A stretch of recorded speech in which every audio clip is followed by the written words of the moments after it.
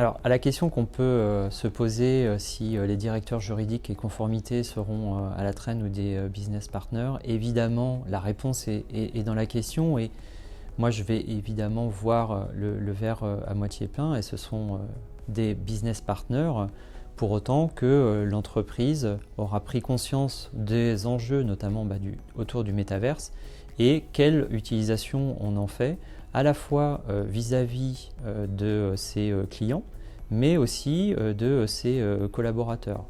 Si on se pose la question pour les clients, il faut absolument sécuriser toute la transaction avec les clients et ça, évidemment, il va falloir adapter toute la charte qu'on a avec cette relation entre le client et l'entreprise, où on va devoir aussi sécuriser toutes les conditions générales qu'on a dans les contrats.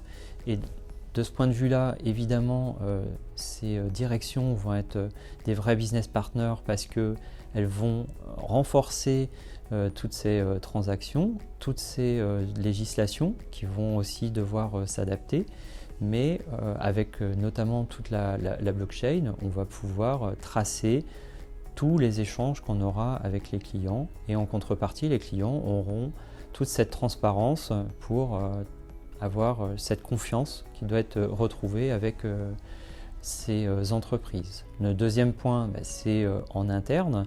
On va aussi pouvoir tracer beaucoup de choses d'un point de vue ressources humaines. On va aussi pouvoir contractualiser énormément de faits qui vont pouvoir aussi renforcer la confiance que les salariés ont aussi dans l'entreprise et ils ne vont pas s'exonérer de certains droits et devoirs et de responsabilités. Et donc en fait, on va être dans un triptyque où on va avoir l'entreprise, le collaborateur et les clients, et tout ça dans un rôle vertueux, puisque chaque partie va avoir accès à toute cette transparence des transactions.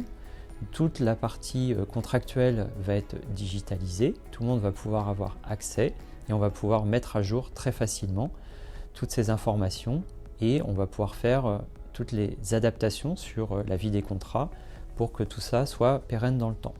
Donc je pense qu'il y aura beaucoup d'opportunités dans ce cadre-là. Par contre, évidemment, il faut commencer dès à présent à s'approprier le sujet et monter des groupes de travail d'achat d'entreprise parce que l'avenir est devant nous et il y a beaucoup d'opportunités. Merci. Les entreprises sont aujourd'hui confrontées au métaverse. Elles vont devoir adopter cette extension de notre monde et saisir les grandes opportunités qui en découlent.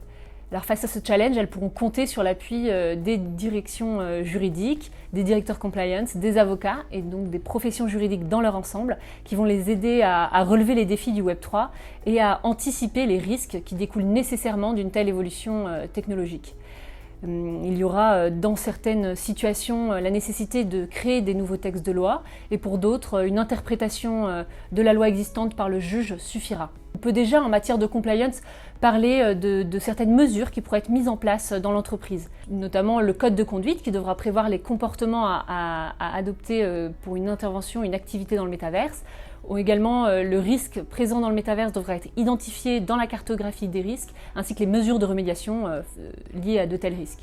Les enquêtes internes doivent également être adaptées pour prévoir le cas d'une enquête qui serait en lien avec le Web3 et notamment le métaverse.